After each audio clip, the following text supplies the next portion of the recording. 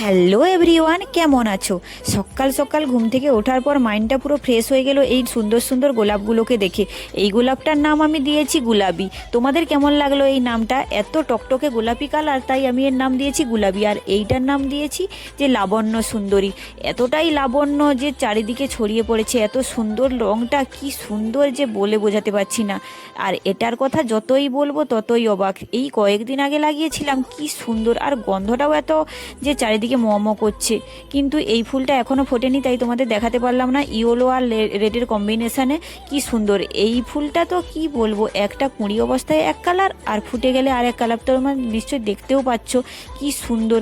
এর নাম এখনও ডিসাইড করতে পারিনি। তোমরা যদি কমেন্টে বলে যাও কি নাম দেবো, অবশ্যই সেই নামটাই আমি কিন্তু দেবো। তোমাদের কেমন লাগলো এই ফুলটা কিন্তু কমেন্টে জানিও।